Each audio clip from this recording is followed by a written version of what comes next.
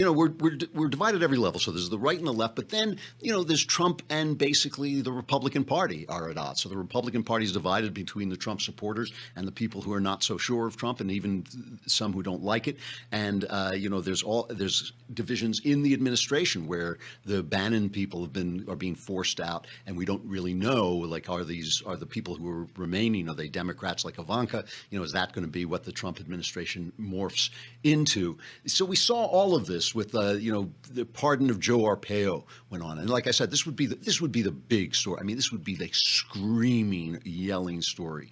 And Arpaio, obviously the sheriff who was in Arizona, who was very, very tough on illegal immigrants and was stopping people if they looked like they were illegal immigrants, and he was accused of racial profiling. He was accused of brutality in his prisons. He had so many people. He actually had a tent prison at one point. He dressed people up in pink. Wasn't that one of the things he did? Well, let's just listen. He was on Hannity moments after his accusation. The thing was, he was a big, big Trump ally. He supported Trump all the way, still supports him, and supported Trump when he was doing that nonsense about the birtherism, where was Obama born, which I saw differently than everybody else. Everybody leapt to call that racist, which I never thought it was racist. I thought that was two trolls fighting. It was the Obama troll. Obama was a great, great troll. He drove the right crazy. I mean, you have to give credit where credit is due. Obama drove us crazy, and he knew he was doing it, and he knew how to do it, and he knew how to set us off. And Trump just called his bluff. He went after him and said, basically, you've been trolling us by not showing us this thing.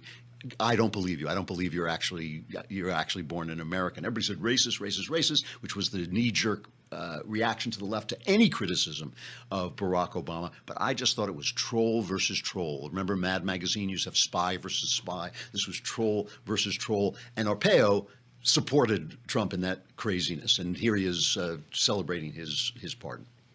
It's great. I love that president. He supports law enforcement. And I'm very humble. If you recall, 2 years ago, I supported him, and I said publicly recently, pardon or no pardon, I will be with him to the end. And I'm going to have a news conference early next week and get to the bottom of this and show the abuse of the judicial system in politics. I'm not going down without trying to defend myself to all those people that don't like what I've done. So the hurricane forced a lot of this to second place. But of course, everybody who has any kind of political ambitions for the presidency next time out immediately rushed forward to either condemn or praise it. Joe Biden, who still is living under the delusion that someday somebody might be foolish enough to vote for him for president, besides somebody who's related to him, wrote this big article of how we're fighting over the soul of the country. And this just shows what a racist Trump is.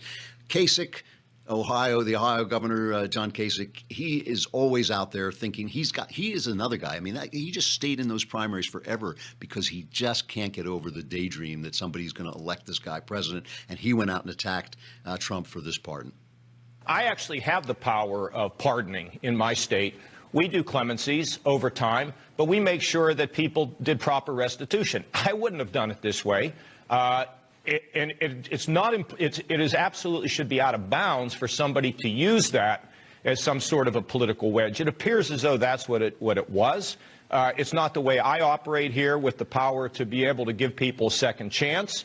That the president has that power. I don't agree with what he did. It's not the way I operate. I can't be any more loud in what I have to say than to tell you what I do, because my actions reflect the way I feel.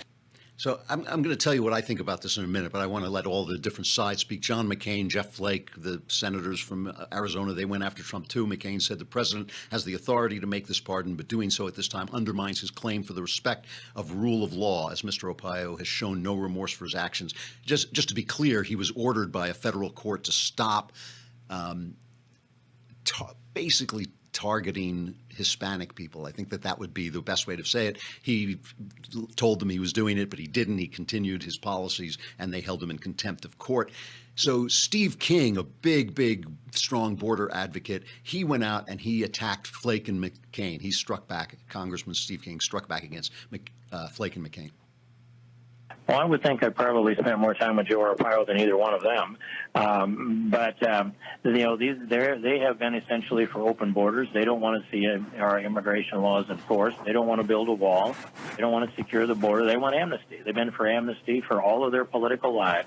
And so you often see people take a position that's consistent with what they hope gets accomplished with regard to the policies that they favor, rather than an objective look.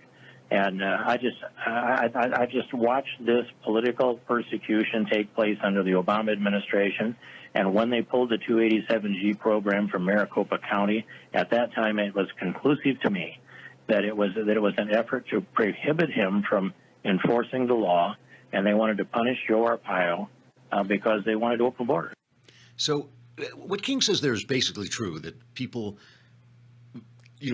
ascribe qualities to these guys according to their belief system. So if you believe in strong borders, then you were going to think that Arpaio is a good guy. If you believe in open borders like Flake and McCain, you're going to believe he's a bad guy. Here's what I think. I believe in strong borders very much. I still think he's a bad guy. I think he beat people up. I think people were mistreated in his prisons. I think once a guy is in prison, he is under control, and you have no right to make his life hell, even if you hate him, dressing people up, humiliating them. It's like that's. I don't want to say it's un-American. I think it's inhuman. I think it's wrong. And I don't think that we have to celebrate that, even as we fight for strong borders. The problem is, however, the policy of the federal government toward our borders under Obama and even under George W. Bush was insane. It was insane. You cannot have open borders, or if you're going to have open borders, make it a law. We have no borders. Our borders are open. Anyone can come in. You cannot say that it's illegal to come across our borders, but if you do it, welcome. That's nuts. And the thing about this is this has never been a big issue for me. I was never the guy who stood up and cheered when Trump said I'm going to build a wall. It's not the point. It's a rule of law question.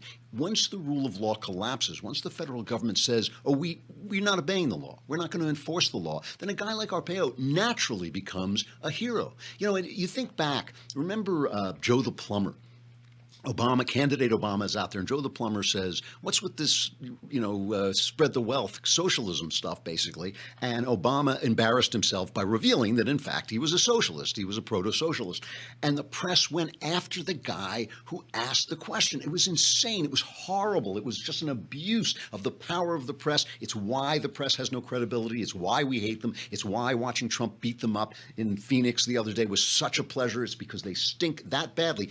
That doesn't make Joe the plumber a wise man. It doesn't make him worth hiring to do commentary. He was just a guy. He had the right to say what he said. I'm not saying he's a bad guy or a good guy. I'm just saying to make him into some kind of icon because the press mistreated him is what we're always doing. We're always reacting. We're always saying, if they hate him, he must be great. Or if he agrees with us, he must be great. It's entirely possible for people to agree with us, for us to say, it's nuts not to enforce the border. That's what a country is. A country is its border. And for the guy who enforces them to still be a bad guy.